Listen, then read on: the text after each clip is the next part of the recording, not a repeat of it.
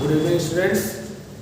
तो आज हम लोग पढ़ेंगे distance of equal chord from the centre, that is the theorem 1 of this topic. So according to this theorem, इस theorem के अनुसार equal chord of circle are equidistant from centre.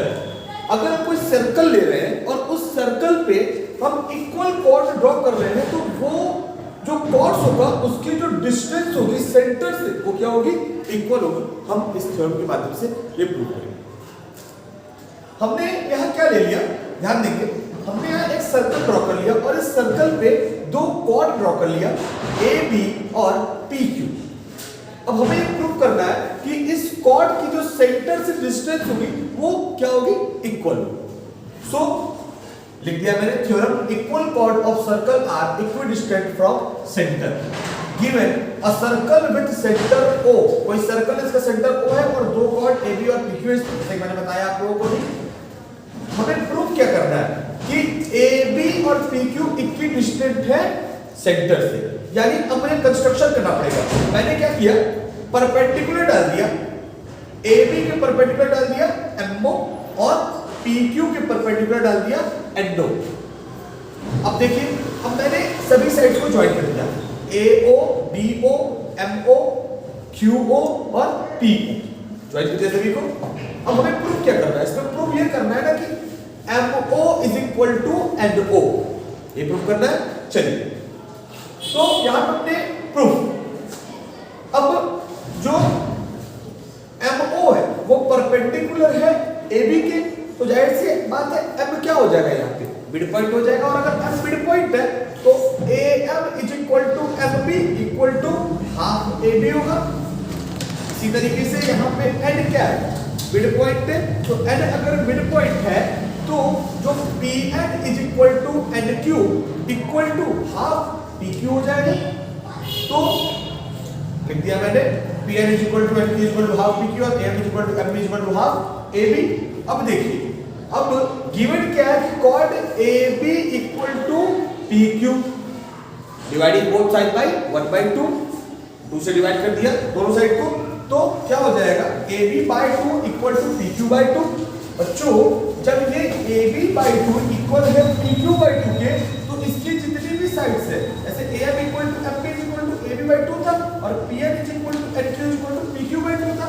यानी बच्चों, जब ये दोनों इक्वल है तो ये दोनों भी तो इक्वल हो जाएंगे। तो AM equal to MB equal to PN equal to NQ। इतनी बात समझ में आ गई आप लोग को। चलिए, अब हम क्या करते हैं, प्रूफ क्या करना है कि ये दोनों ट्रायंगल कॉन्ग्रुएंट है, तो ये OM इक्वल टू ON, हमें ये प्रूफ। तो मैंने ले लिया ट्रायंगल OMA और ट्रायंगल ONP, एक ये ट्रायंगल और एक ये ट्रायंगल, दो ट्रायंगल ले लिया मैंने। अब देखिए, जो OA है और OP है वो क्या है, इस रेडियस का क्या है, सर्कल, सॉरी इस सर्कल का क्या है, रेडियस, इस सर्कल का रेडियस है। तो OA equal to OP, that is the radii, radius of circle या radii of circle.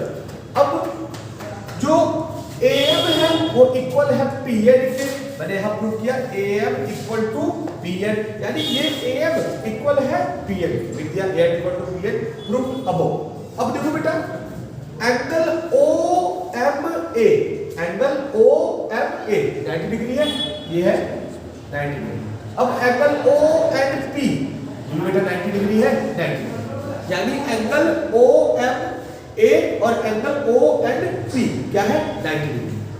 So by the help of right side hypotenuse, right hand hypotenuse side congruence rule, triangle OMA is congruent to triangle ONP. So by the CPCT, corresponding part of congruent triangle OM equal to ON हो जाएगा bye CPCT।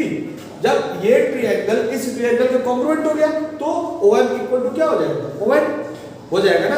यही तुमको proof करना था कि OM equal है ON के, यानी इसका मतलब क्या हो गया कि ये कॉर्ड सेंटर O से इक्वल डिस्टेंस पे और ये भी कॉर्ड सेंटर O से इक्वल डिस्टेंस पे है। प्रूफ, ठीक है। फिर नए थ्योरम के साथ हम लोग फिर मिलते हैं, थैंक यू स्टूडेंट्स।